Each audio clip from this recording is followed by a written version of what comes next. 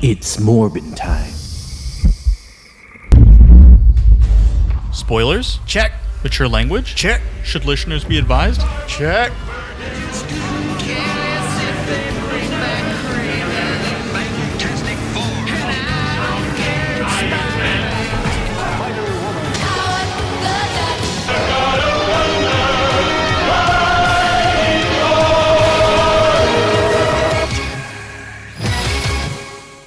You want to send us in for the next one?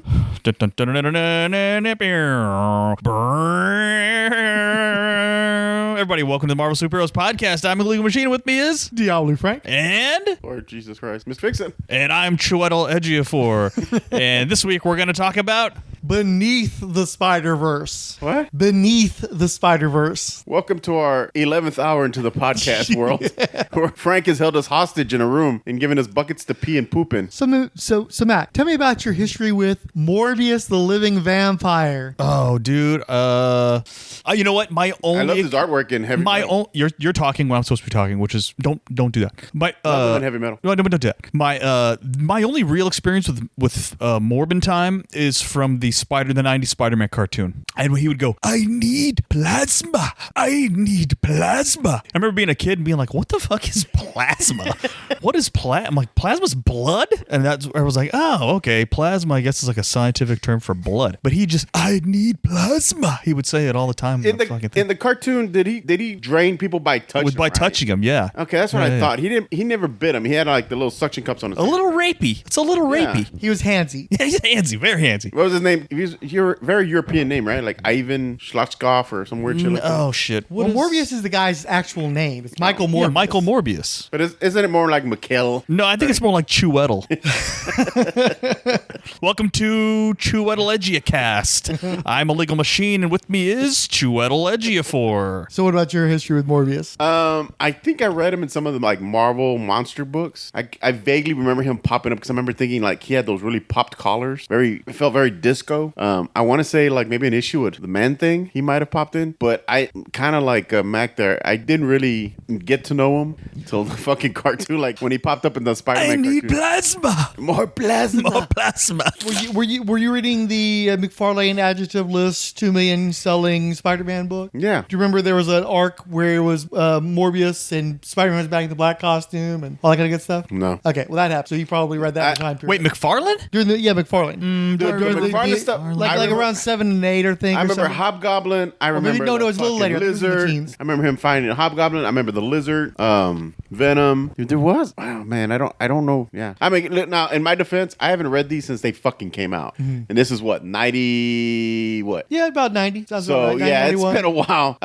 Yeah, I don't remember reading it. So Mac, do you know what Morbius's whole deal is in the comic book? Yeah, I remember this image. Yeah. Yeah, I remember this image. I think it's around like 11 and 12. I think it's like one of the later story arcs. Oh wait, was that when he redid the Spider-Man books? Yeah, the adjective was one where it was just Spider-Man. Yeah, Just okay. sold 2 Spider-Man. million copies. Not of the web first one. of or spectacular Yeah. or Yeah. amazing. It was just regular role Spider-Man. Because they had the 2-issue arc with Ghost Rider around 7 Yeah. and 8 and the That was Hobgoblin, the demonic Hobgoblin. yeah. And then I think like 9 and 10 or 10 and 11 were the Morbius ones. No, the Lizard was in the first arc. The first arc. The, like the first 4 or 5 issues because it was the Lizard and it was a sequel to the Kraven's Last Hunt. Yes. So you had a lot of Lizard in that story arc. Okay. I remember that one. I That's- don't know why I don't remember Morbius, but go ahead, please continue. Do you know what Michael Morbius' whole deal is? Like, what can you tell me about him in comic books? I know, dude. I don't know. I Wasn't he don't like know. a Victor Von Doom kind of ripoff? Like the same? No. He was a scientist. Well, yeah, they're definitely both scientists. That's the scientist type is only Dr. Doom, apparently. Yes, he's a scientist. Marvel's full of fucking scientists. They're all fucking scientists. It's competency porn. Peter Parker's a scientist. I wouldn't say he's got a Doctor Doom thing. I just always assumed like he was kind of like Man-Bat or some shit where it's like... He's very he is 100% lizard, but make it bat. Okay. And both Man-Bat and Morbius apply to that. Yeah. Okay. I want to talk about the cartoon more. Was that the arc where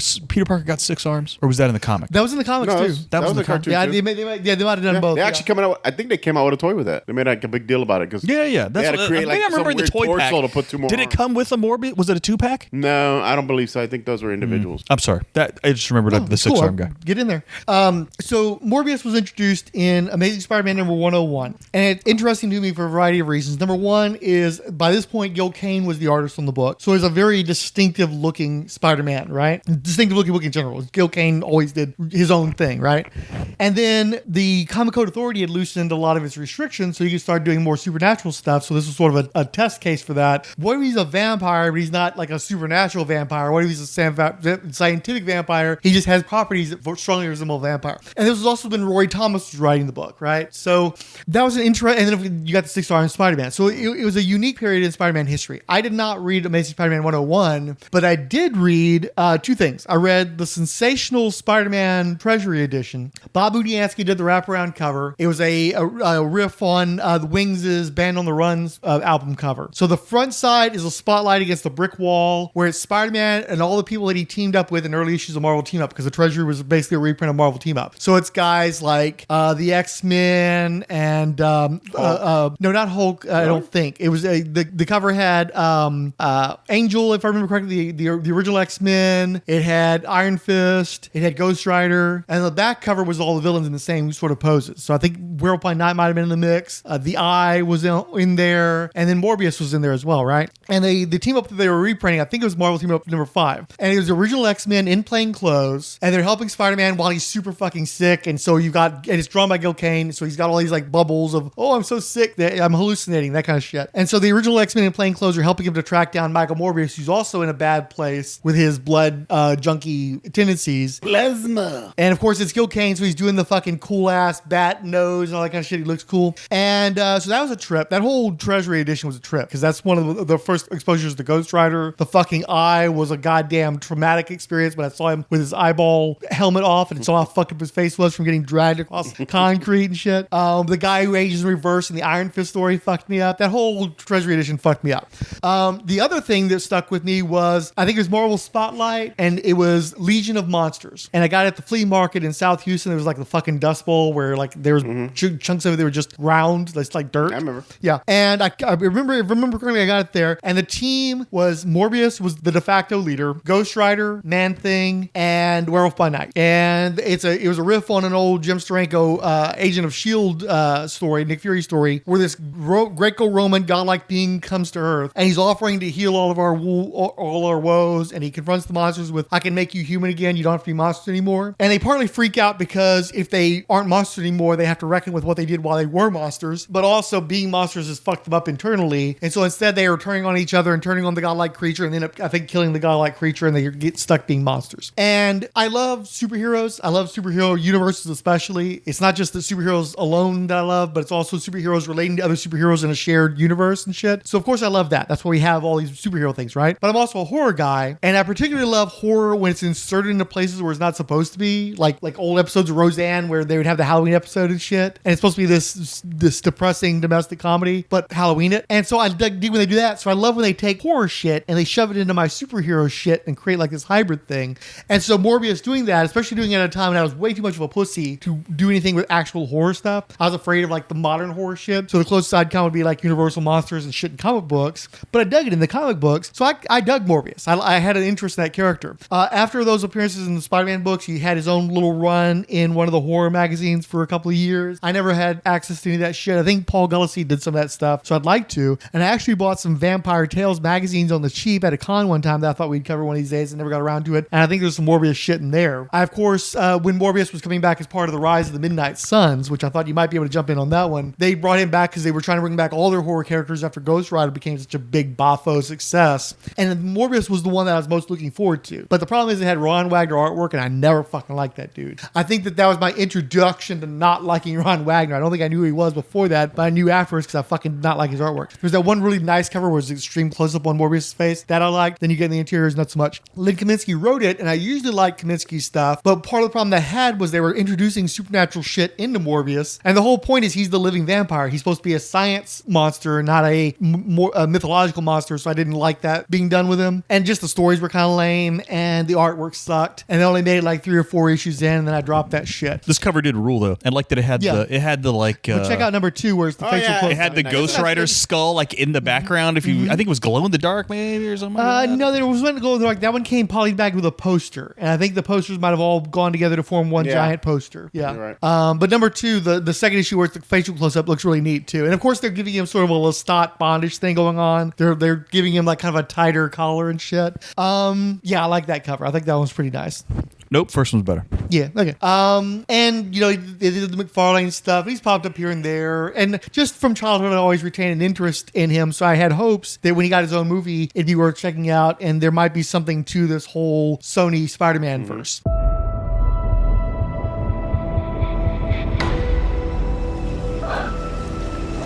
You need a doctor? I am a doctor. I should have died years ago. People all over the world have my disease. I'm here to find a cure. We have to push the boundaries, take the risks. If you're gonna run, do it now.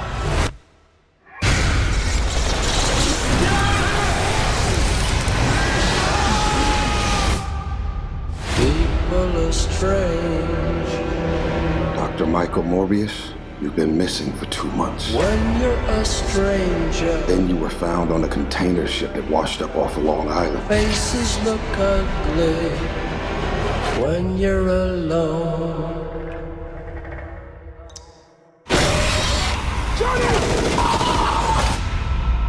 What did you do to yourself, Doctor? I wish I knew.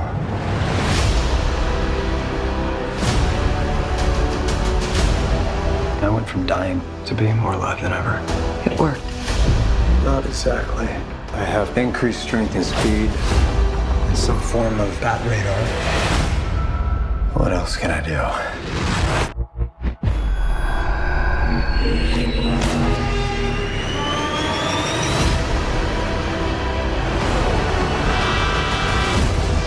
There are limits. There has to be. There's something inside of me that wants to hunt and consume blood. Michael. when you're a stranger, faces come And you control it. I don't know. Half the city wants to kill you. remembers your name. We haven't had anything this good since that thing in San Francisco. When you're strange, The other half wants to control you. Hey, Dr. Mike, you and I should stay in touch. I'd do anything to save a life, but I don't know what I'm capable of. You save lives, you don't take them. Are you here to heal the world? Or to destroy it?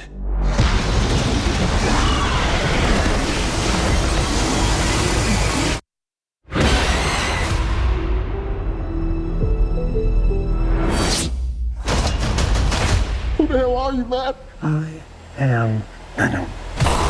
I'm just kidding. It's Dr. Michael Morbius at your service. You did not see the Morbius, did you, Matt? I did not partake in Morbin time, no sir. I did see all of the memes and I enjoyed them greatly, but what's his name? Who's the Jared Leto? Jared Leto. I just put him with Tom Hardy. I'm just gonna avoid whenever I see you. You get on my nerves. I can't even look at your face. He has the really gross, fucked up method shit that turns you off, and then the results are fucking Snyderverse Joker, right? Yeah, that's not worth the trouble that you're putting people through for that shit. Did you see the movie? Yes. Tell me about your. You partook in Morbin time? Yes, I did. You got Theatrically, completely didn't you? morbed. No, hell no. Okay, you waited for. Well, how'd you see it? On TV. Okay. There was some potential. Like, it was interesting. I liked where they showed him, like, using his powers and shit. And he's, like, throwing his fucking radar off the buildings and shit like that. And he's bouncing around. And I know people bitched about the weird smoke trail thing. I thought it Yeah. looked kind of cool. I liked it. Okay. That didn't bother me. I mean, I didn't hate the movie. I didn't like the movie. It was this weird, like, I watched it, but it just didn't do anything for me. It was just blah. Jared Leto kind of kills movies for me, too, after the Joker, which scares me because I really love Tron, and he's in the new fucking Tron, and I'm just like, fuck. Please Wasn't don't he kill in it. the other one they did? Nope. No, he's just okay. Yeah, and that's why when he popped up in this, I'm like, fuck. Like, dude, I don't want him like, I sat there and I stared at a computer screen for 18 hours to feel what a computer feels like. Like, fuck. He was man. okay in Blade Runner 2040 at least. I don't remember. Was he in that? Yeah, he's- oh, that's he's right, the right. Tyrant. I Right. cannot. Yeah. You know what? I haven't seen any of these new Tron movies. I'm gonna watch them all just so I can watch Jared Leto method act in Tron. I stared at a light bulb for 18 hours just to know what light feels like. Where he, I like, fucked a Macintosh computer from 1984. I stuck in the UB port till it screamed. He didn't talk to his family for 8 months to prepare for Tron, dude. No, What a fucking idiot. he sat on a desk. He sat on a desk like a computer and made no movements. He only spoke to them in that modem startup sound. You had to communicate with him only using those AOL free hours discs that used to get.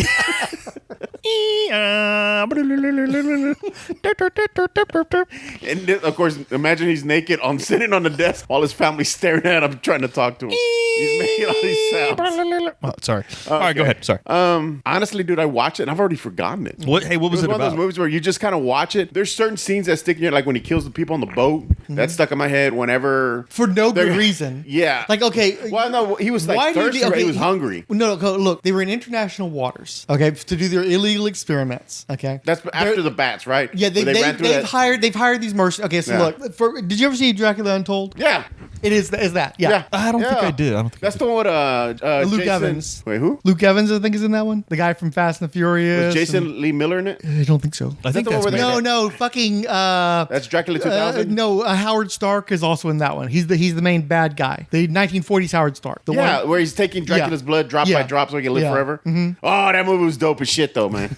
That was just dope. So for some reason, they're like taking chunks of that movie and putting it into the goddamn Morbius movie. Fuck, I never thought about that. Yeah, it pissed me off. Fuck. But yeah, so he's got some sort of degenerative condition, which he's had since childhood. He's and also he was got in a school full of kids like that. Yeah, he's got this one childhood buddy that he's so used to people dying on him that he just gives him like a bullshit name, so he doesn't get attached to the guy. But he does ultimately get attached, and ultimately he helps that guy to live until his 30s, apparently, maybe 40s. I don't know how old these guys are supposed to be because he's got degenerative conditions. So, and Jared Leto doesn't look like he's in his 40s, pushing 50s. It might be in his 50s now, I think. So I don't know exactly how old they're supposed to be, but they're being raised by Jared Harris in his special ward for people who have this unlisted degenerative disorder. And Jared Harris, the guy from Mad Men, kind of stays in their lives throughout their lives. And then Michael Morbius makes these big breakthroughs, but he's not quite where he needs to be. And then there's a little black girl who's got the same condition as him, looks like she's about to fade, so that like girds him to like go to do whatever he has to do to figure out what that breakthrough is going to be. Even though we never see that little girl again, so we don't know if she lives or dies. It's just And so he goes to like South America and he exposes himself to bats and he captures the bats and he creates a formula from the bat and he's testing the formula on himself in international waters with his hot Latina associate, I'll say, because they're both doctors. It's not like she's an assistant or anything. She kind of gets drafted because she figures out what he's doing and she has enough of an affection for him that she's willing to put her career at risk, continue helping him. And they hire armed mercenaries to guard the boat while they're in international waters, even though they're like off the coast of Long Island or some bullshit, something ridiculous. Like Somali pirates are going to exactly. And so I'm the Morbius now. So he morbs, and after he morbs, the mercenaries had gotten a little like shitty with the girl. Like they weren't going to be like, they weren't rapey or anything. They were just like chauvinistic a little bit, and only one of them. So he proceeds to kill all the mercenaries that he himself hired, and drains all their blood. And then their plasma. Okay. And plasma. And keep in mind, he did kill these people. Like he should not be getting off on this just because they're mercenaries. They didn't do anything to deserve getting killed. He did murder them. First degree. Yeah, there's no. Manslaughter.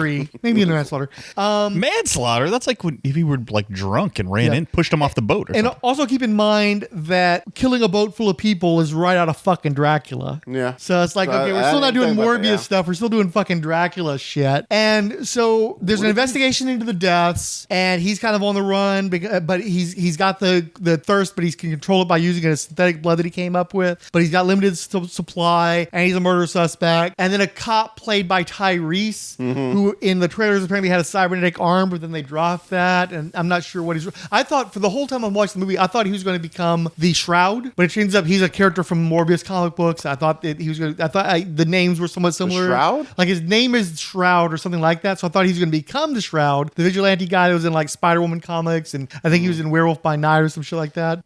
obscure. Pretty obscure to begin with, but this guy's even more obscure. He's some guy that was just in Morbius comics that I didn't read, right?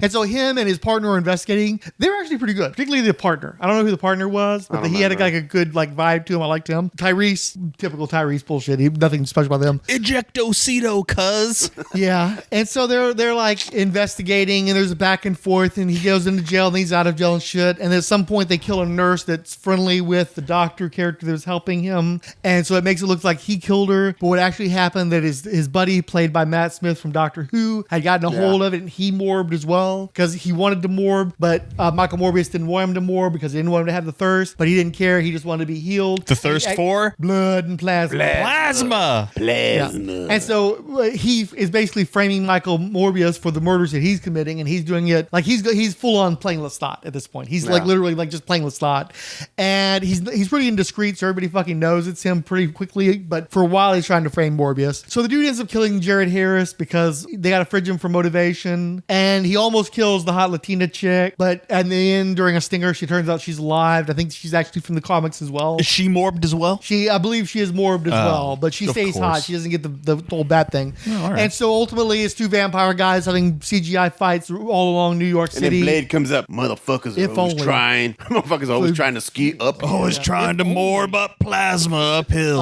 I don't remember, how did they exposed him to sunlight at the end, right? I don't remember. I told you, it's a movie where you'll watch it, 20 minutes later, you'll be like, what did I just watch? Like I said, there's scenes that'll stick in your head. Like I said, the murder scene in the boat stuck in my when he's head. doing the little dance because he's so hyped about being a vampire guy. And he's dancing half naked in the bathroom. Can I play this scene real quick? I'll put up to the microphone. Incredible! No! I hunger for plasma. I took it through my hands. I could feel it coursing through his skin right into my fingers. I must keep trying to rid myself of this horrible need for plasma. I feel a hunger. I hunger.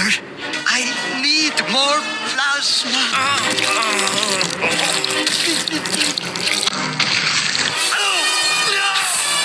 In my country, we eat plasma. Swear to God. I did not realize Morbin was a euphemism for hand jobs. I was gonna say, dude. Now, without seeing animation, that was very porny. The pores on his hands like pulsate before he grabs it. I give that 3 man. That was straight up porn, man. I guarantee you some Morbin happened in the back of some of these theaters while this movie was playing in attentive audiences. The sloppy Morbin time? That's disgusting, dude. Give me a break. Yeah, so that didn't work out. No. But it wasn't bad. It was just sort of a nothing again. I told you, I literally 20 minutes after watch, I was like, I forgot what I watched. Yeah. I can watch it again because I literally am already forgetting what I watched first time. But there's no real good reason Kraven, though, when we get to Kraven, because I know you're taking us there, you asshole. We're not do you want me to start a new podcast we're never for getting Kraven? off Or? this goddamn magic buck. So Matt, yeah. What is your experience with Madame Web? Oh, fuck you. Hey, come on. Get your stuff. Let's go.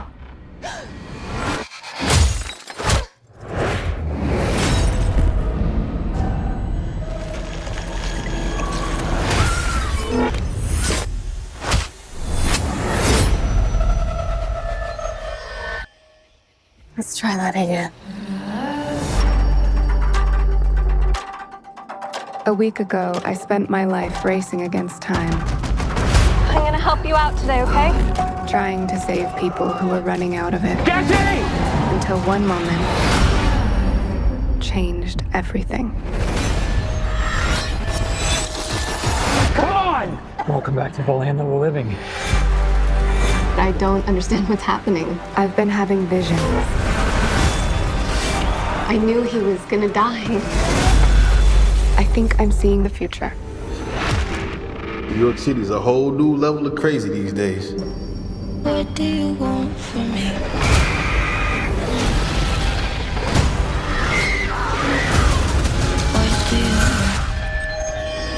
New York City's a whole new level of crazy these days. This is an emergency. Get off the train. That man's trying to kill you. What? Who are you? What is going on? I can see the future. Oh, what the hell? She didn't see that coming? That's not how it works. I've seen that man before. So who is he? Ezekiel Sims. He was in the Amazon with my mom when she was researching spiders right before she died.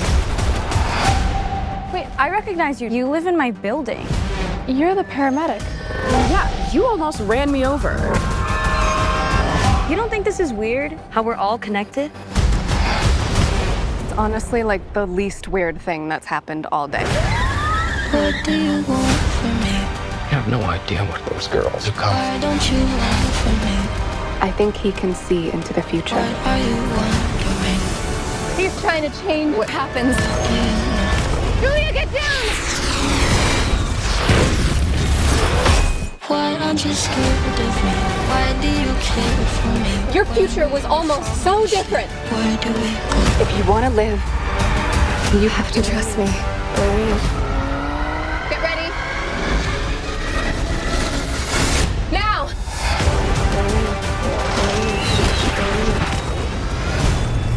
You're showing off. Maybe a little.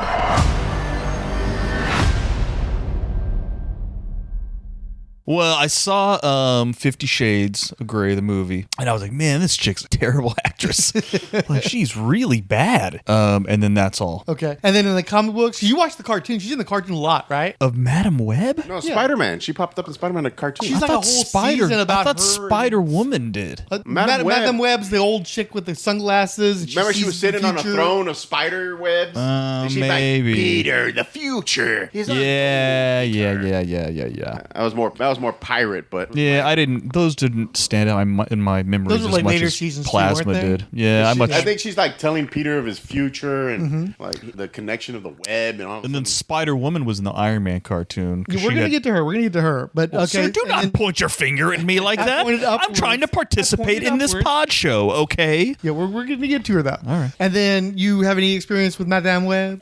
Just the cartoon and my Marvel Comics Hot Move. Yeah. I remember reading a little bit about her.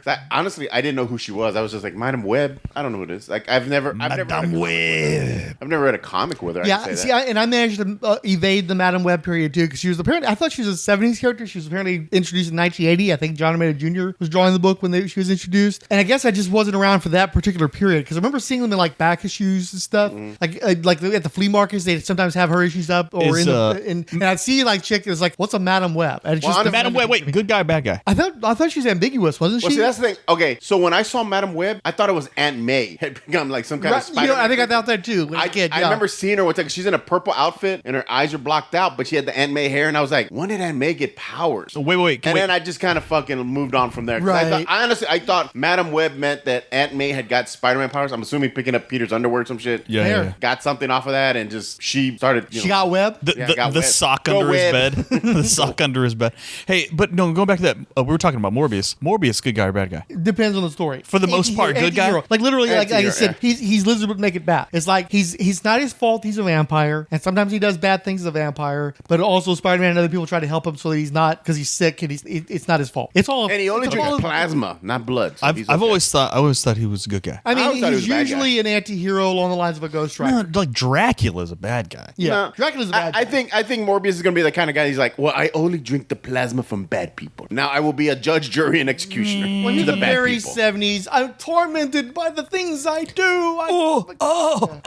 He's like, you work on Wall Street. You're a junkie. The junkie must go. So I think that's the way Morbius. I don't think he even legitimizes it that way. I think he feels horrible about all he really kills, good and bad, because he's just, I'm a killer. I can't help myself. So then, do you feel bad every time you eat a cow or steak? He does, but No, I don't. do you? I don't know. Well, I'm pretty sure Morbius feels the same way. It's like, No, it's just beef. but no, that's what I'm saying. But he gets off on the torment though. He's a master. Okay, so he's fucking I'm emo. so horrible. He's all It's all fucking. very He's emo, all yes. goth emo and shit. He's like Melodramatic. Yeah. Florid. Yes. He's like the Robert Smith of Dracula. Yes. characters.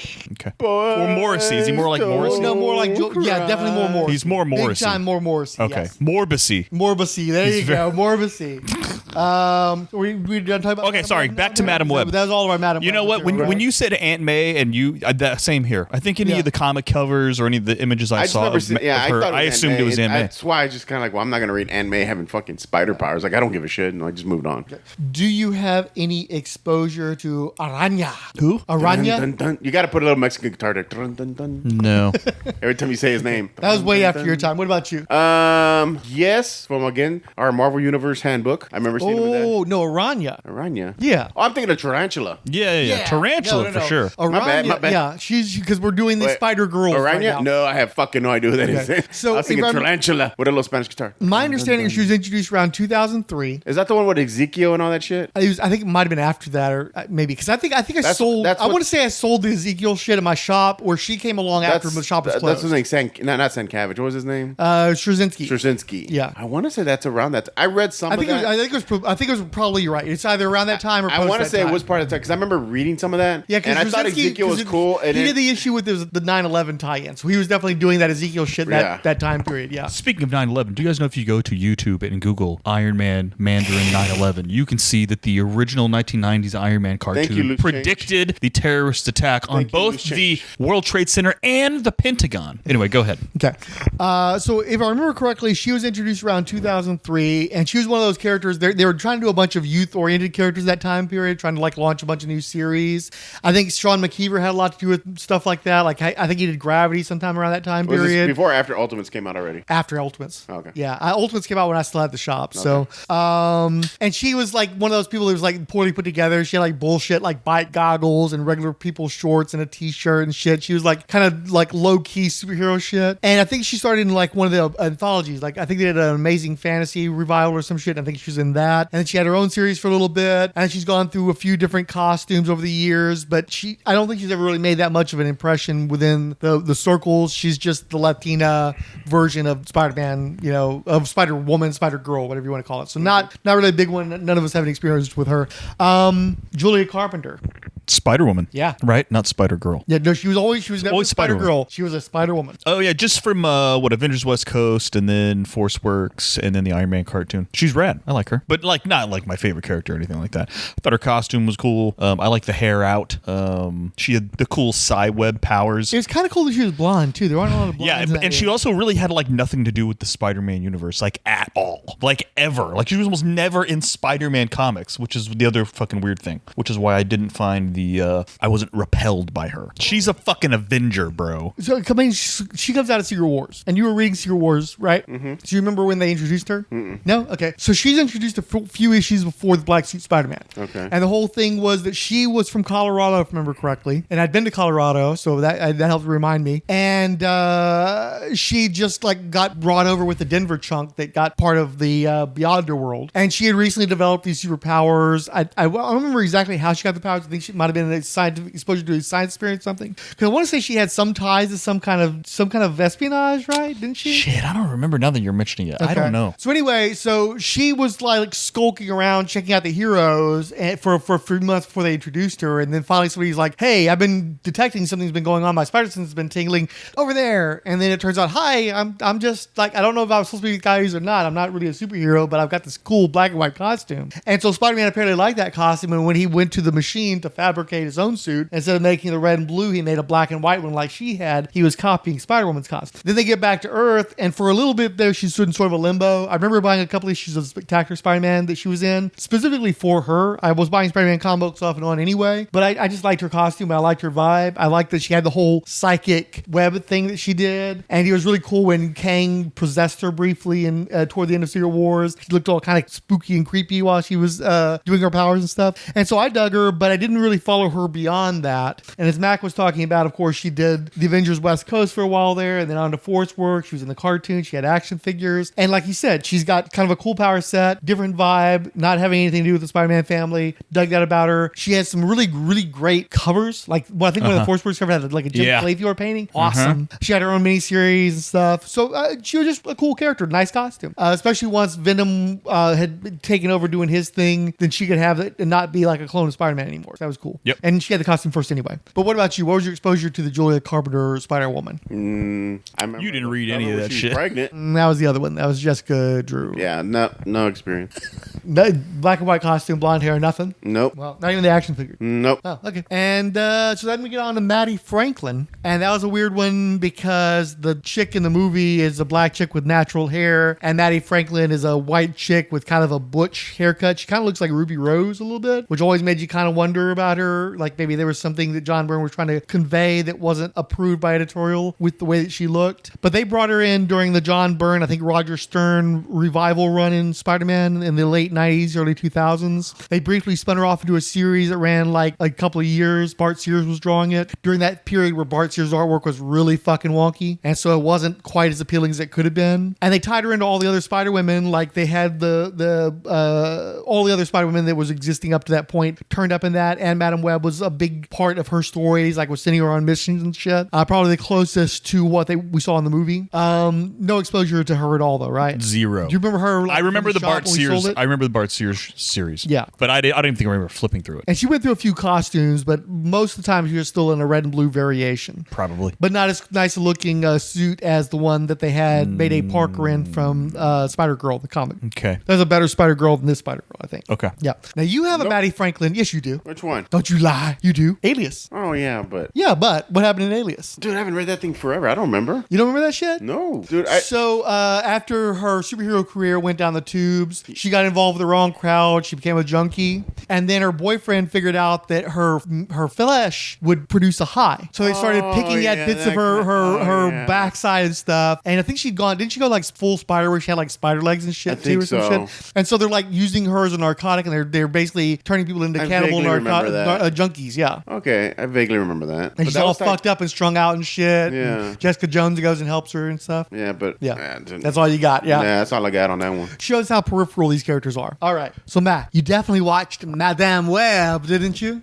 Oh yeah, I definitely watched that movie right after Morbius and right before Kraven. I watched and the Venom verse. Yeah. I sat and I watched them all. And your wife was a huge fan, I'm sure. Totally. We didn't watch that stupid movie, dude. Are you kidding me, bro? Okay, but you did. Man, I'm too busy for this shit, bro. I don't have time. Even though it's got Sydney Sweeney's big old massive memories in it, I ain't got time for that shit. I'll watch the memes whenever they pop into my algorithm. It's Madam Web in time. You don't give a madame. No, I do not. Oh, that was horrible, dude. That's fucking dad level. Edit that out. Shit. That's dad level bullshit jokes. Oh. Yes, I sat through it on Netflix. Yes, I felt ashamed after it was over. I felt dirty. The ambulance thing, and then she's hiding the girls from the Ezekiel because of some kind of fucking spider tribe. Oh yeah, did you read the Ezekiel shit though? I remember some of it. Can you remind me what the fuck that whole thing was, please? Something. Give me something about that. I don't remember that shit already at all. Honestly, I don't remember either. The main thing I remember was J. Scott Campbell was doing some sweet ass covers for that run. I remember that. It was like some kind of spider god or some kind of monster that kills the spider totem. Yeah, and Spider-Man was part of a line of spider. There's like this group of spider hunters that jump through universes eating Spider-Man, and it just got fucking. I'm and Ezekiel's running from them. I think that's it. I couldn't tell you 100% because I don't remember. And Ezekiel was like a mentor figure, right? For a little bit for Peter, yeah. Did he do a heel turn or was he a good guy throughout I think he did a heel turn. Okay. Near the end, I think he befriended Peter so he could throw Peter at those spider hunters or whatever. So they'll eat him and he can fucking like go on. Bolt, yeah. He only has to be faster than Peter Parker. Yeah. And so I sat through Madam Web and Ezekiel and the spider people. What's the basic plot of Madam Web? Her mom had found some kind of fucking magic spider, some shit in the Amazon, and she found some fucking tribe of spider people that were like covered in weird web armor. Yeah. And, but only after she'd been shot and left for dead by the Ezekiel guy who stole the spider from her so that he could profit from it in some way that's never explained in the movie. Yeah, just I don't want to talk about it. It was bad. Well, like, and she's a paramedic. She grows up to become a paramedic, and she's working with Ben Parker in the ambulance. Which I thought Ben Parker was pretty funny. I thought the actor did a pretty decent job in that. And then, of course, you've got whoever. And she's doing that fucking, what was that fucking Nick Cage movie where he sees like, Bring Out the 7 Dead? seconds? No, like he can see knowing or some shit. Knowing, there you go. Where he's like, I can see 7 seconds. And she's doing shit like that where she's like seeing like a few minutes into the future. I don't think they ever give it a time frame necessarily. Well, she can see a little bit in the future and she'll be like, don't go in that direction. And they're like, why not, bitch? And then they walk and they fucking die. And it's like, ugh. Can I ask questions about this movie in a second? Are you guys still recapping it? No, go ahead. No, go ahead. So who were all of these women in this movie?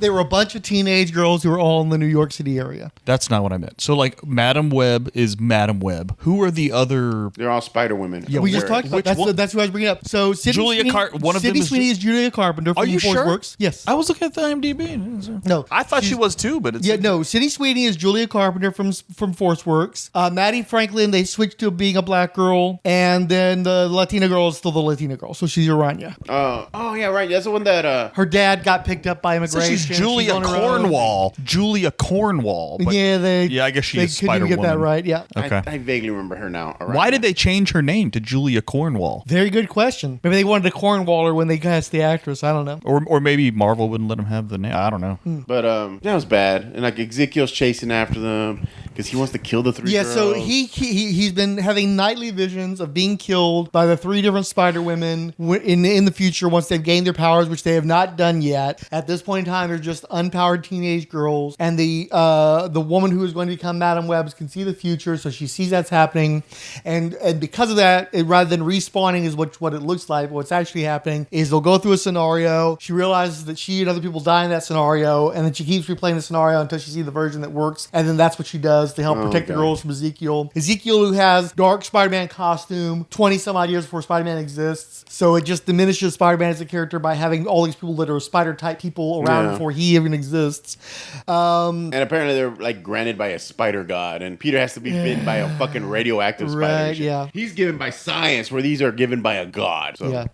And of course, the whole Madam Web thing is she has a near-death experience, which triggers the spider venom from the magical spider that she gained in utero from her mom. Or did they birth the baby and have the baby get bit too? My recollection is they just the mom, right? Yeah, I believe and then it just passed in utero, and then the mom dies, and then somehow this little girl in the Amazon gets shipped back to a foster home in New York to become a paramedic. Yeah.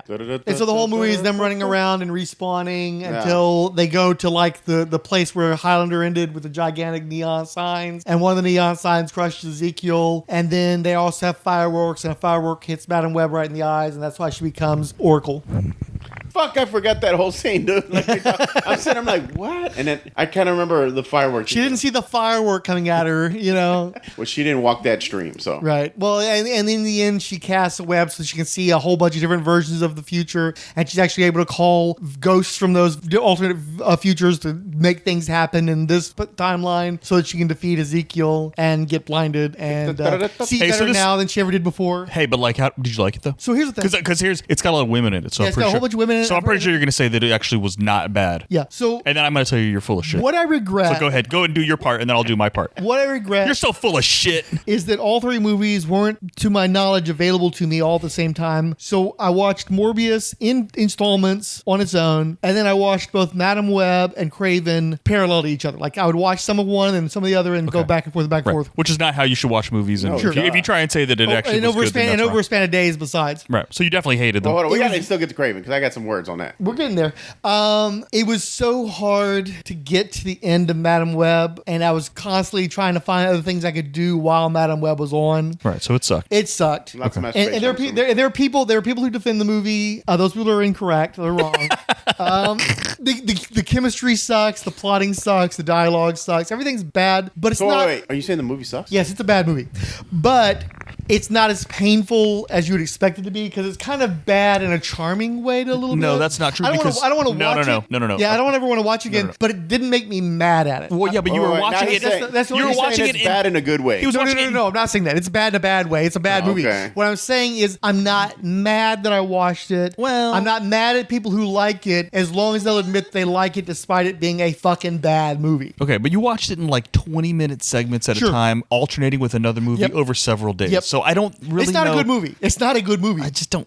And the costumes look terrible. And it's like her superpowers to run over things with ambulances. You know, it's ill-conceived. Like, I really do. Like Bruce Jenner. I really want to see the making of documentary. I want an interrogation. I want an investigation into how that movie made it on the screen. Because who thought that was a good idea at any stage? What were they thinking? Why did they choose those people? It would have been so much better to have done the Black and Silver movie that they were going to do with Silver Sable and Black Cat. That would have been so much fucking better than this. Wait, I got a question. What was the name of the actress that played Madam Web? Dakota Johnson. Okay, all you have to do is see that interview where they ask her about the movie, and she like shits all over it. Yeah. I think Sydney Sweeney did too, and they both didn't they combo shit on They it? did a Game of Thrones, yeah. Yeah. They're like, we're not going to tell you how. Really, Sydney Sweeney should be in the Black Cat movie 100%. Oh, she should be great as Black Cat. 100%. Not Jessica. Not she's not a great Spider Woman, and the costume Nope. looks like shit. But Yep. she'd have been a great Black Cat. Oh yeah, dude. Yeah, dude. So, yeah, no, definitely a bad Wow. movie. But I want to know how that movie made it to the screen. I want to know that's like a fucking called a tax Chernobyl write-off, my friend. No, that's like Chernobyl shit. That's like you have to have so many different points of failure to get to that ultimate horrific result of this shitty ass fucking movie. I want to know the details of how that fucking happened. Did Madam Web and its DEI hires get Trump elected? So, what can you tell me about Kraven?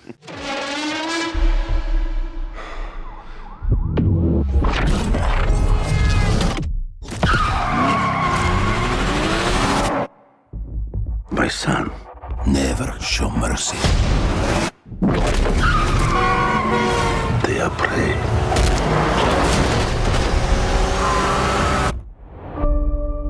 We are predators.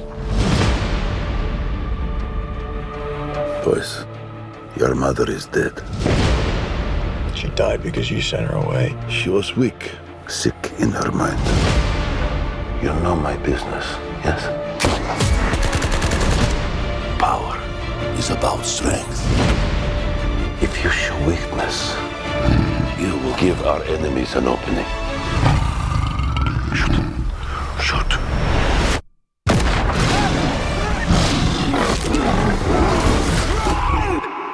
He is weak, like his mother. Leave him. What happened that day? I stared death in the face, and for the first time, I saw my true self. Tell me about this hunter. They say he uses a connection with animals to track his prey. And once you're on his list, there's only one way off. There's 6 of us and only one of you. There's 6 of you now.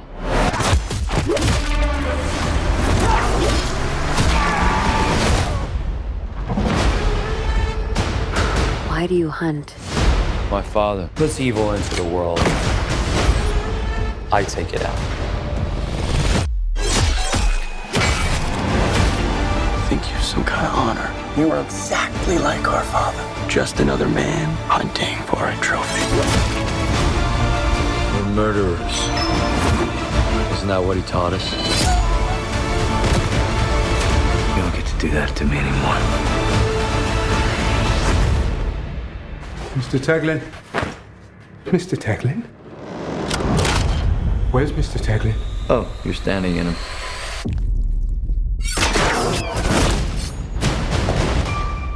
You're a goddamn lunatic. Oh, you just figured that out now?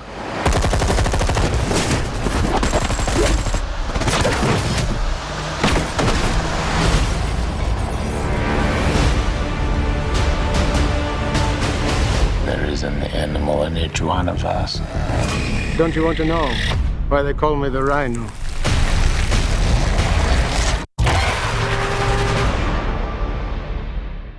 Okay, I got words on Kraven. Well, I know you do, but first I want to hear Mac tell me what his Kraven. I read Kraven's Last Hunt, and AKA Fearful Symmetry. It ruled, but it was a long time ago. And then Kraven in the Spider-Man cartoon, right? Sure. Not Plasma. Didn't get Plasma. And really, that's about it. You know what? Like Kraven is one of those characters. I think because of Kraven's Last Hunt, always got like hyped up. Like, oh, he's like the Spider-Man guy. Oh, Kraven's gonna come back, and they would take him off the board for a while. Like Kraven would go away. Periods of time. Long periods of time, come back, and there was something cool. So whenever he would appear, it was kind of like a thing. But he's also just like a hunter, and like Spider-Man should be able to punch a hole in his chest. Right. So yeah, he's got cats and shit with him. Like he didn't even have like fucking Black Panther shit. Like he was just a normal dude, right? I think so. I mean, maybe he had a little boost or something. Yeah, I don't know, that's one of the things that always kills me with Spider-Man is he's got people like the Kingpin who technically do not have superpowers and who still do serious damage to him. So how strong can Spider-Man really be? Yeah, it's not consistent. And Kraven was one of his major foes. Yeah. You know, he was around a lot, especially in the early days. Yep. Do you remember his son? Ooh. Yes. Shit. No. I mean, yeah, but I don't. Kind of, but not really. Yeah. Yeah. How about you, man? Kraven's Last Hunt. I want to say it was either What the or Peter Porker, where there's a cover of the Peter. Oh, the parody of it. I think that was a What the, because Peter Porker had already been canceled by that point. Okay. Because they actually got Mike Zeck to do it, right? Yes. It's really pretty a sweet cover, It was a fucking badass cover of Kraven. I want to say it's some kind of bird-like creature. Maybe he was a bird. I don't remember. Like a vulture or something. Yeah. And Peter Porker's like above him in that famous pose. Well, it's literally the same. It's Zach self-swiping, I think. Yeah. If Zach drew it. It might have been somebody doing a really great looking Zach riff. But it's the same cover as one of the issues of Kraven's Last Hunt. Yeah, probably the first part. So I read that. Because the second one was the one where he's dancing on the grave, right? No, the first one was the one where it's Spider-Man with his arms up in the net, isn't it? Yeah. It's later when Spider-Man's coming back after he's come out of the grave. That's when they had the cover where he's on the walls and Kraven's hunting him again. I think It's like part 4 or 5 for I'll that take cover. 4. Yeah. But that the cartoon, kind of like Mac. I mean, Kraven would pop up and out, but it was nothing like. I don't remember there was ever a Kraven running like a miniseries or anything like that. He's one of those dudes like Gwen Stacy where you came to know him when he was already dead. Yeah. And so it's like you're always trying to like, well, okay, why does he mean anything to me if he's dead? It's like, because he was this important guy, because yada, yada, yada, right? Yeah. Yeah. And for me, again, like going back to Spider-Man is Amazing Friends, I think Kraven might have even been in the 60s cartoon because he goes so far back. Steve Ditko co-created him. I tend to picture the John Romita Kraven if I picture like my Kraven. But I did pick up, and I think partly it's because there was a Marvel Tales reprint of, I think issues 44, 45, somewhere in there, where it's Kraven and the second Vulture teaming up against Spider-Man. And that was a John Romita one. But I also had some of the Ditko stuff in reprints, and of course Kraven's Last Hunt. My brother bought those, but I read his copies. It was a super big deal to see a comic book character commit suicide. Like that, I'd never seen that before.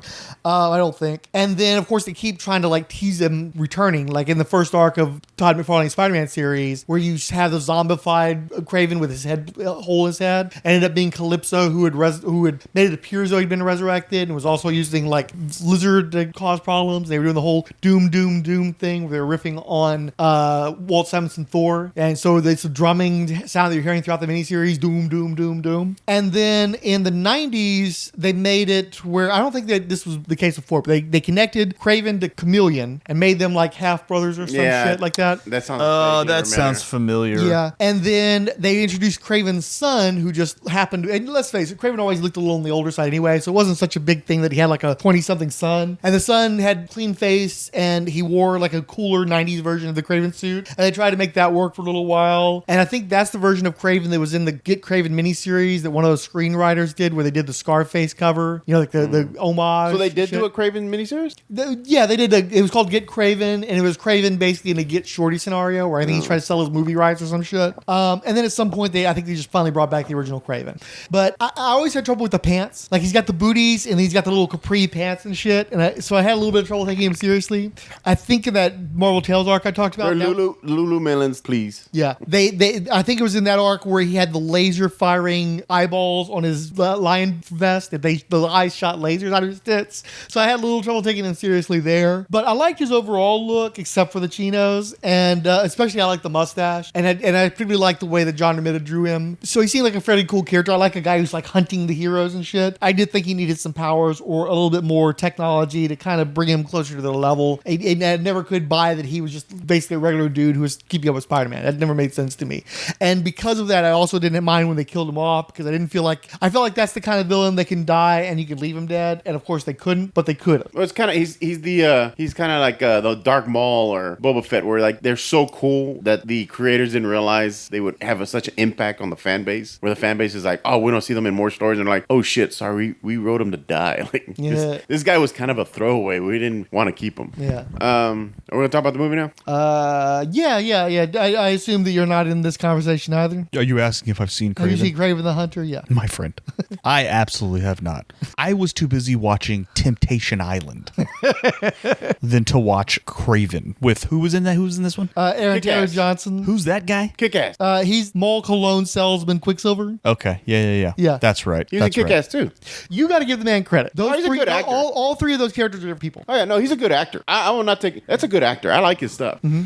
But Kraven didn't even get memed. Yeah. Which is like, it's kind of sad. Oh, yeah. Right? I could see that. I mean, when the internet has a thirst for these type of shitty movies, to at least find something ironic or silly about it to turn into a meme. And they couldn't do it, dude. We got Morbin time and we got all the Madam Web memes, and they just got this. We got Venom memes. We got nothing out of this movie. Mm-hmm. So to what end? Why? Why did this exist? We Why can't even did it memify exist? it. If we can't even get Brave New World, not a lot of memes for that movie either, which is shocking. Really just not a high bar to clear. Kraven is definitely better than Brave New World. Really? Oh, okay. Well, I'm intrigued. Question. I'm intrigued. Let's hear about it. Yeah. Go fuck yourself. That's stupid. That's the stupidest thing I've ever heard on this podcast. My guy, no. Hands down. Well, let's not go crazy. This guy has said some absolutely ridiculously stupid things on this podcast. Number one, the movie is fucking. If there's something below trash, this is below that. That's how bad it Kraven? is. That's how bad you think Kraven was? Yes. Okay,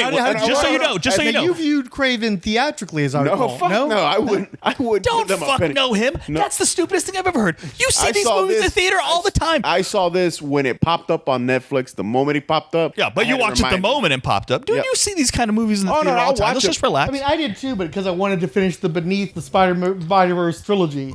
Okay. Now, I have a question when we're recap this movie. Recap this movie so I can ask my recap question. the movie for him. Two brothers are growing up with Russell Crowe, the angry Russian father, mobster who takes his son. And actually, he's an arms dealer. He's more of an arms dealer. He's a mobster. He does all kinds of shit. He's got a club, and he's an oligarch. He's an oligarch. Yeah. He's an oligarch. He's not an oligarch. He's a mobster. He takes his family out. Glorified crew to Africa to hunt lions, and this geeky dude wants to kind of join forces with them, and he insults a little geeky dude who turns out to be the Rhino later, and a lion attacks one of his sons and fucking mauls him and drags him off into the fucking drives him out into the Sahara to fucking finish him Serengeti. off. And at the beginning there was this one girl with her witch doctor grandmother who gives her this vial of like ancient herbs. I'm thinking, I honestly, to credit, she's using tarot cards. Okay. So I don't think she's quite a witch doctor.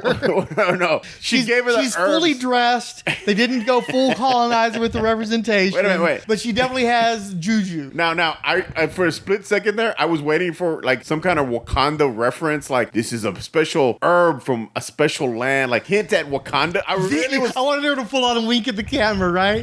Dude, I was so I'm like, you know what I mean? You know I'm waiting for like hear the fucking Black Panther drums or something in the background. I'm like, it's gonna say Black Panther, and she's just like, this is magic herbs and spices. Here you go, and hands it to her. Odd-shaped herb. Forrest Whitaker walks through the background, and that's the whole. They paid him $250,000. I swear, and I was thinking, I honestly thought I was like, oh, he's gonna have like Black Panther powers, and then maybe he's like the fucking White Wolf or some shit. No, I fucking gave this movie too much credit already. So the grandmother gives her this vial. The little girl leaves. She sees this little white boy getting mauled by a lion and shit. They rescue him because the lion gets shot or some shit. She gives the vial to the kid while they're rushing him to the hospital. Don't forget the part about where the lion blood gets into the wound. Oh yeah, he has That's like he a drop of blood dropping. So apparently, we got Liefelded. Fucking like Mufasa. Fucking Mufasa pops up in the clouds. He's like, "Wake up, son! It's time for your fucking history, whatever." You're craving a hunt. You get a Kraven. So he survives. He turns his back against his dad. I mean, it does take a little time before he has to heal up a little bit first, and then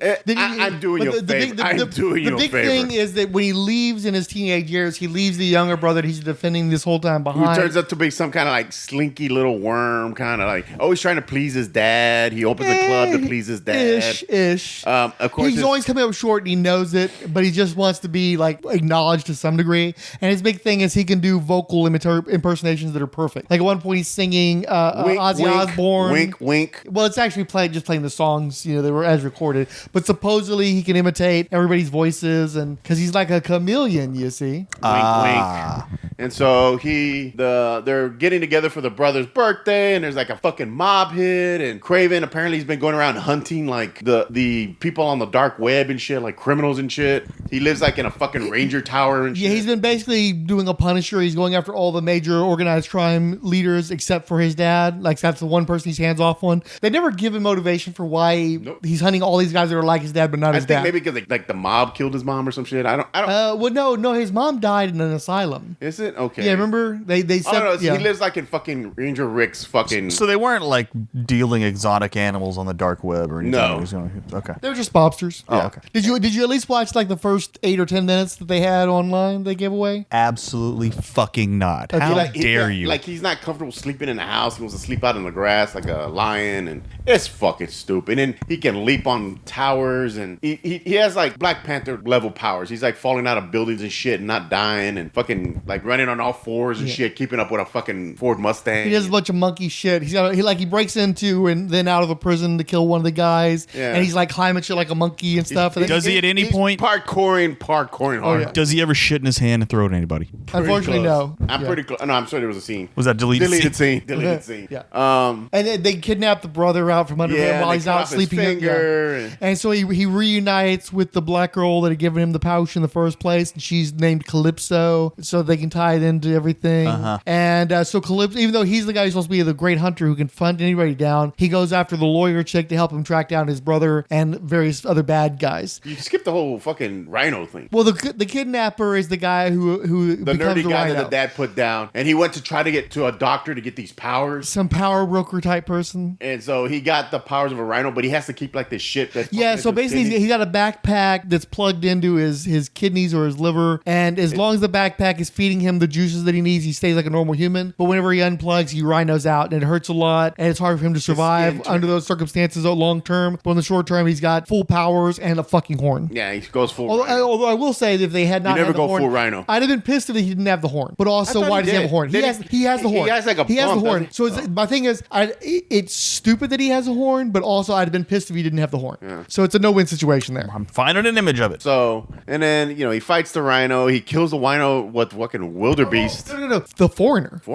haven't even talked about the Foreigner. I don't remember that part. You don't remember the Foreigner? Do you remember him from the comic books? No. See, that's one of my problems, is the Foreigner came out at a time when I was highly impressionable. So to me, the Foreigner is a really cool new villain that fights Spider-Man, even though he's a blip from the 80s. But it was a Peter David character. And the Foreigner was a mercenary assassin who got hired by, I think, the Kingpin and other crime figures. And he ends up, like, at one point teaming up with Sabretooth before is that the dude Sabretooth does that power shit where he's like, one? Yeah. And he fucking... Oh, that was his name, the Foreigner? The Foreigner, yeah. Oh, he's got some kind of like shadow-like powers. We can hypnotize people and makes them think that he's moving in super speed or make them slow down and shit. Honestly, I thought he was hypnotizing them. He was hypnotizing them, I think. Yeah. But I'm saying in the comic books, he could do like shadow kind of shit like that. And I forgot that's about how the he's able, because he doesn't have quote-unquote powers. He was actually kind of cool. But he has training, that makes him able to like fuck with people's brains. Well, he has glasses on the whole time, too. He never takes his glasses off.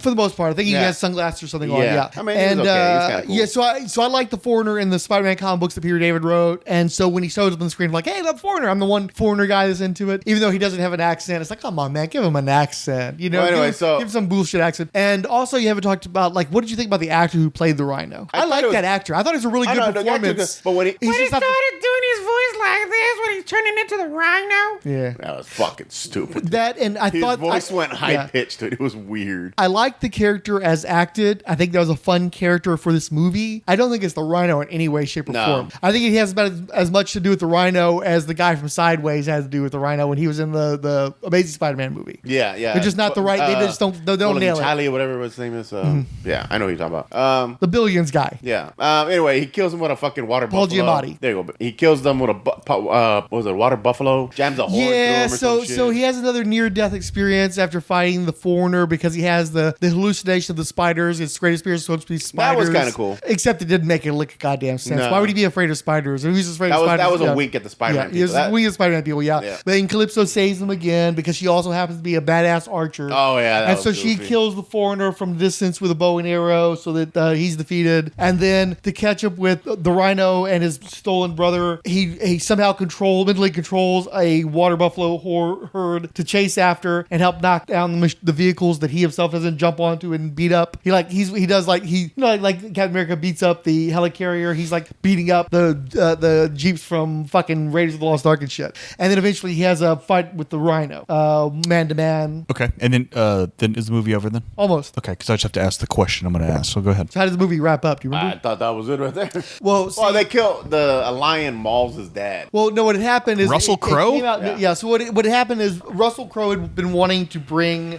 He'd figured out that Kraven was the hunter, and he wanted to bring him into the fold. He wanted to bring him into the family to take over the family criminal organization because he knew that the younger brother would never be able to handle it. And so this whole thing was him manipulating Kraven to come back into the family by endangering the other brother, and also he wanted to use him to take out the Rhino specifically because he knew the Rhino was coming in, and he figured if anybody could take out the Rhino, it would be Kraven the hunter. Is everyone Russian in this movie? Yeah, but only a few people have a Russian accent. Okay. Yeah, and I don't think the Rhino's Russian. So in the end, Kraven sets it up to where his father gets mauled by the lion, but then he goes to see his brother, and his brother's gone to the same power broker guy that Rhino went to and gotten chameleon powers. So now he can completely shapeshift. And so Kraven realized he's created another evil trying to go after his father. And of course, his brother, despite having issues with the dad, still isn't cool with his dad being murdered by the brother. So they've got a rift there.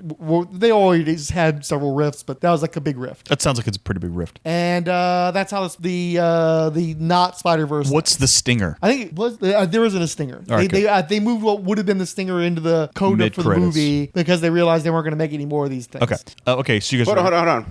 Well, go ahead. I'm sorry. Go ahead. No, you go ahead. So as I'm watching this movie, I rewrote the movie in my mind, and Sony had one chance to make this an actually good movie. And as I'm watching it, the only thing I could come up with is Sony throws out the book, goes, "Fuck it, we're gonna do something so different from DC and Marvel, our usual Marvel partners, that we're gonna make Kraven a serial killer, and we're gonna start him with him killing the Vulture and basically hunting down heroes, but low-level heroes, Vulture, fucking Rhino, Mysterio, people he comes across, like the mob bosses." I was like, that's a good idea. But you make him villain, and the more he kills, the more he feels he's beyond. Like he's trying to prove that he doesn't need powers. He's even better than them. That's how goddamn good he is. And you play him as a serial killer. He's not a good guy. He's not trying to be an anti-hero. He's killing because he's trying to prove that he's the top of the food chain. He is the king. And I'm sitting there, I'm like, dude, I would have been more into that movie, watching him fucking murder the Vulture, murder fucking Rhino, maybe kill a couple other ones, and then you have to find a way to stop him. And it's a film kind of like American Psycho from the killer's perspective, the bad guy's perspective. They've done every goddamn movie from the hero's perspective. It's boring now. Let's do it the other way and see what happens. And I think Sony should have done that with this one. And I think it would have worked because, again, he's Kraven. If it didn't work, no one would give a shit. If it worked, great. You did something different, and now all of a sudden, all these comic book companies are going to be like, well,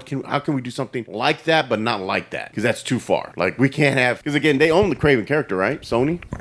Movie rights wise, yeah. Fucking go nuts with him, man. He's a serial killer and he's fucking hunting him, and you got like in my head I had images of fucking Vulture's head hanging on a fucking wall, Rhino's head hanging on a fucking wall. Like you go full craze with it. And I remember thinking, I was like, that's a movie. I literally was thinking of this movie as I was watching that movie, and I would come back in and out, and I'd be like, well, this is what I would change here, and this is what I would do.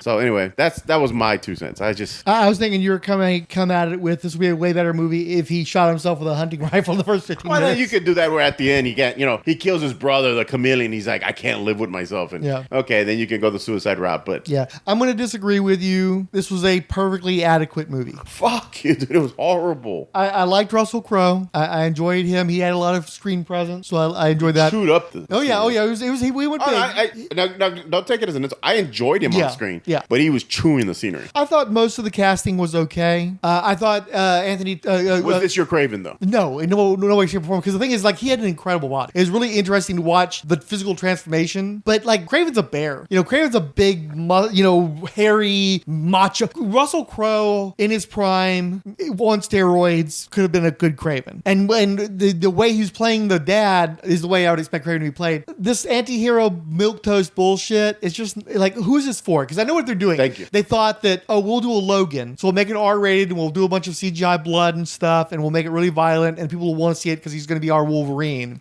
This is the opposite of Madam Web. Yeah. I 100% know where they were going with this, but people cared about Logan because they cared about the character, and it was the last story of a character that had already been endeared to the public. And this is just a generic wannabe Wolverine type character without any of the development, without any of the groundwork being done.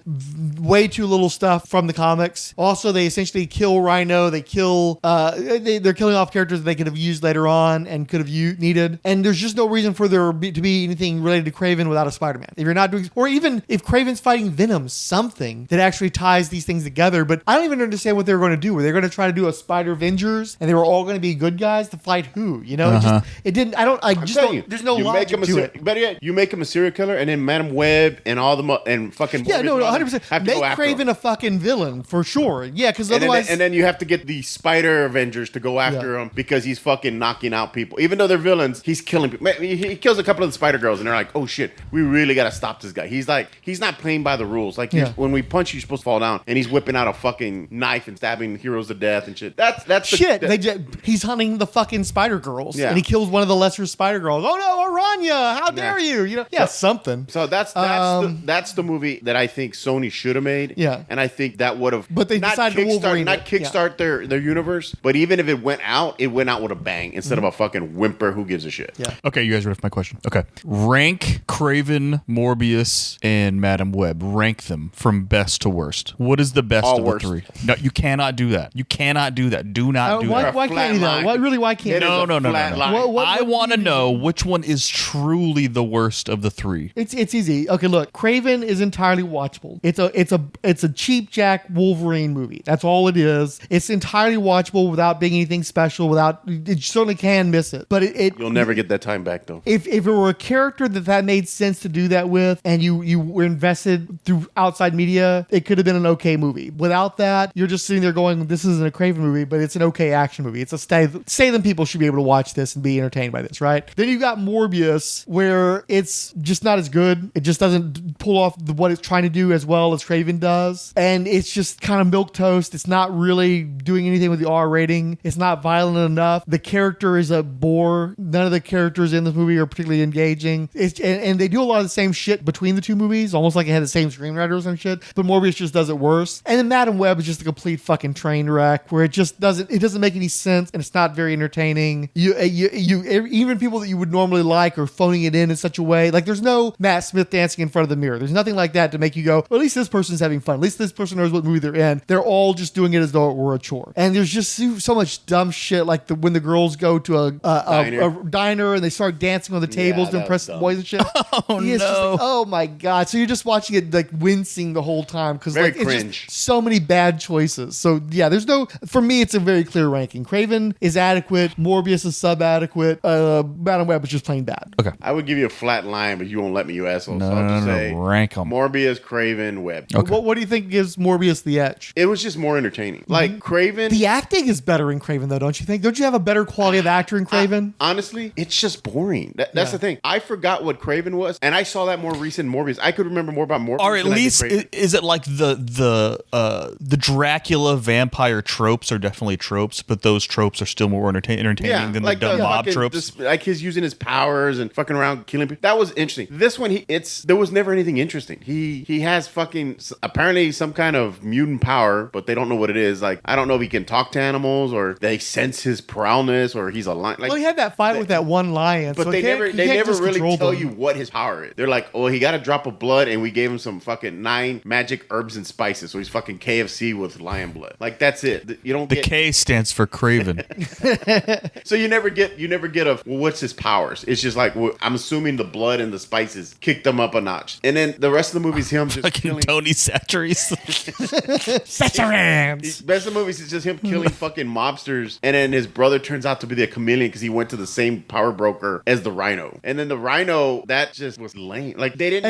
At least it's more Rhino than again Giamatti in the fucking mech suit. But still, that was the thing. Though. It was just there. Like, there was no. Now, I agree with him. Madam Web had lots of cringe moments where I'm like, I did not want to finish watching the movie. Uh-huh. The ADR, dude. Yeah, I just fucking. God, the ADR. This is so terrible. It's fucking bad. You've never seen a movie with so many people talking with their back to the screen. But then, like I've seen foreign films, like Italian action movies from the early '80s, with better lip syncing than the shit that was going on. Really? With everything, every single word Ezekiel says in that movie is lip synced in ADR, and he's doing a fucking Harrison Ford in Blade Runner where he's intentionally sabotaging it because he knows they're ruining what little of a movie there was there. So he's just saying it as flatly as possible, off rhythm. It's kind of again, it's a movie where it's amusing in how bad it is to some degree if you're willing to take that amusement on. Well, Kraven, but if you take it all seriously, Morbius to me is at least watchable, where you're like, oh, okay, it's fucking a vampire movie. Where Kraven, you don't know what it is. It's not a superhero movie. It's not a fucking Mission Impossible movie. It's like, it's not a criminal movie. The action is better in Kraven, though. The fights are better in Kraven. What fights?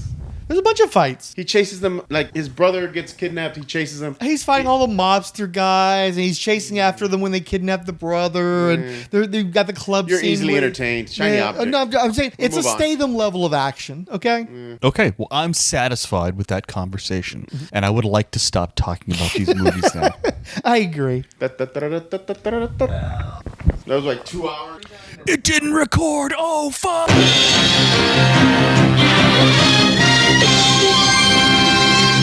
Not so much with the Enough Sayers, since it's only been 2 weeks since the last episode, but again, we recorded a bunch of material in one shot, and this material is already getting cooler since the last of these movies came out last year, and I expect that we'll probably take some time aside to talk about Thunderbolts fairly soon. Fantastic Four is right around the corner, so we only have one person, Michael, who wrote, "Thank you for actual human voices." Michael's giving me shit because I did a different podcast, the Diana Prince Wonder Woman podcast, a few weeks back, where I used a robot reader. Now, I wrote everything myself, and I did not expect to have to do so much writing. It was way more work than I expected. I thought I was going to be able to cheat it, and I couldn't, so I had to write everything out, and I was pressed for time, and I was fairly exhausted. I overcommitted. I wanted to be part of a crossover event. I wanted to spotlight Wonder Woman's role in the Justice Society history and shit, but I didn't actually want to have to sit there and read for an hour straight and then try to edit that shit. I just didn't have the energy for it. I paid for a subscription to one of those readers. I've used it on my Terminator podcast because it made sense for it to be on that podcast. The whole thing is about human-robot interfaces and shit, but also I did pay for that shit, and I was trying to save my human ass. It's a fair hit. I understand that we don't want to normalize the use of robots where they're supposed to be human beings, but also this is a hobby. Nobody fucking pays me for this shit, and you don't have to fucking listen to it. Moving on, only one permanent Marvelite Maximus follower,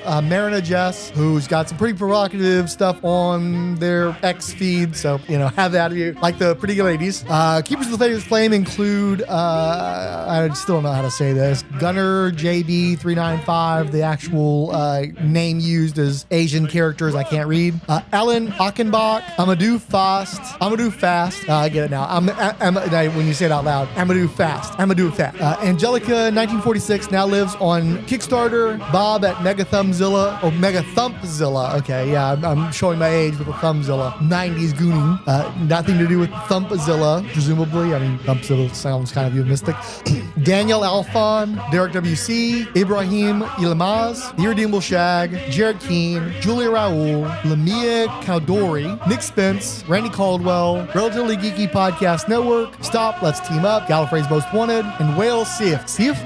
Retweet Frantic Ones, Between the Pages blog, and David A. Quinley 2. And finally, the Merry Marvel Marketing Society, Edmore Teal Productions, The Hammer Strikes, Random Geeky Stuff, James Gacy, JMT Productions, Keith G. Baker, Richard Field, and Superbound.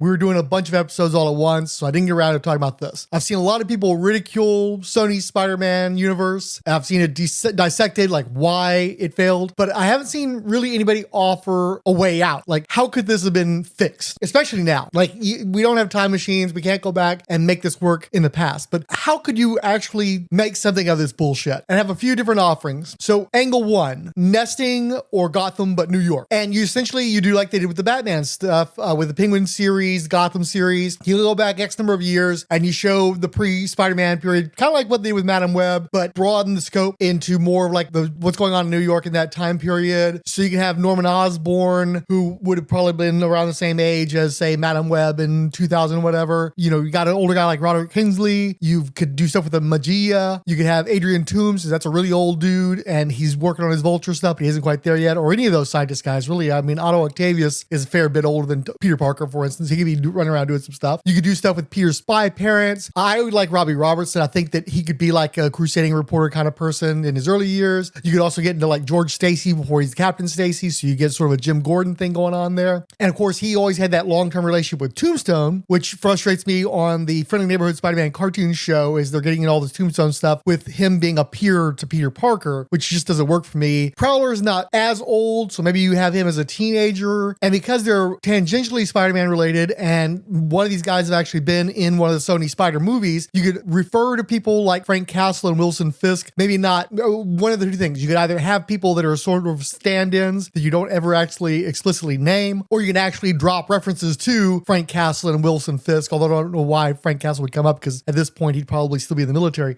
But essentially what you're doing is you're laying the groundwork to bring Spider-Man into the Sony Spider-Verse, a prequel, right? Another angle. You go the opposite direction. You go to a time period after Peter Parker's. You focus on Mayday Parker and the next generation Spider foes, or maybe Miguel O'Hara travels back in time from 2099, which is increasingly a reachable future to us. Maybe he's got to fix a screw up in the timeline, and maybe they both do. Maybe they both go to a time period during Peter Parker's time or before his time and do a kind of a Back to the Future kind of thing. And so it could be a situation where this is a possible future that Peter Parker could lead to, that they're trying to save, but maybe they fail. You could also get into some metaphysical stuff, because while I don't think that the Sony deal includes Mephisto is basically just Satan. So could it be Satan? You're having like a brand new day kind of thing that Mayday and Miguel are trying to stop or trying to cause or whatever. Essentially, you're still doing Spider-Man type stuff. You can use some of the more peripheral Spider-Man type characters and acknowledge that the Spider-Man stuff is going on in the current Marvel universe, but this is sort of happening at a different point in time or under a different circumstance, or it makes it where you do stuff in this story that eventually gets overwritten by the MCU Spider-Man stuff. Another angle, parallel narrative, or what I call Spider-Man without Spider-Man, kind of like Garfield without Garfield, where if you take Garfield out of the cartoon, the comic strip, it tells you a different story or a different aspect of the story of like what's going on with Zona John and stuff. And this is sort of a Schrodinger Spider-Man situation where you essentially do everything that you would do in a Spider-Man show without actually having Spider-Man. And since the situation is precarious where you never know quite for sure if Sony's ever going to get Spider-Man fully back from the MCU, it was just way more profitable to let Marvel continue to do Spider-Man movies. But you can say, you could like obliquely refer to them kind of like what they did on Marvel's Agents of S.H.I.E.L.D. or the Netflix Marvel shows, where there's a vague awareness that Spider-Man's out doing stuff and there are repercussions to him doing stuff, but we're not telling his story, we're telling stories within his sphere. And so you could do stuff like with the Cindy Moon character who had been bitten by the same spider that Spider-Man was bitten by and eventually become the heroine Silk. But I think she goes for like a decade or more without doing the superhero thing. She's got the powers, but she's not doing the superhero thing. So you could do that lower budget, street clothes kind of thing with her. You could also have characters like Silver Sable, Black Cat, who are supposed to have their own movies anyway. You take advantage of the fact that you've got the old Spider-Man movies. So maybe John Jameson's running around. Maybe he's Man-Wolf. Again, if you're sort of saying that Spider-Man's around without fully saying it, then it's not a big deal if you have, say, the Jessica Drew Spider-Woman, because she's not predating Spider-Man. She's active now somewhat around the same time, maybe a little bit after him, but he's active somewhere else. We're not seeing him right now.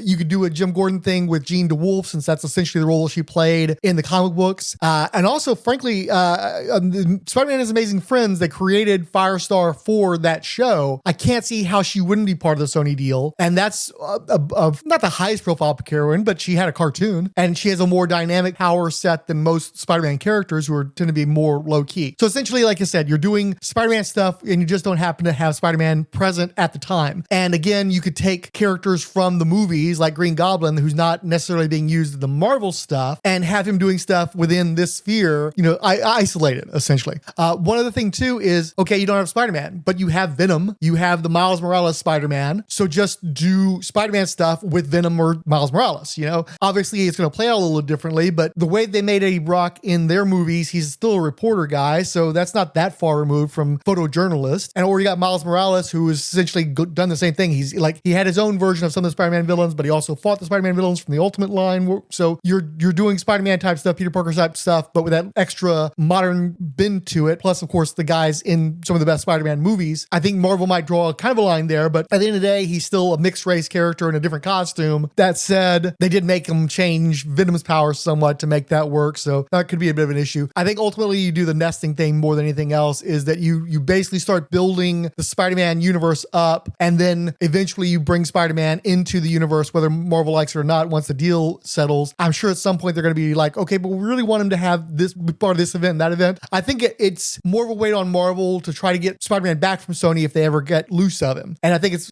at some point, if Sony ever wants to try to make anything like Marvel money, although again, Marvel's not making Marvel money right now, but they have to, try to shoot their shot, and it's got to be better than Kraven, Madam Web, and Morbius.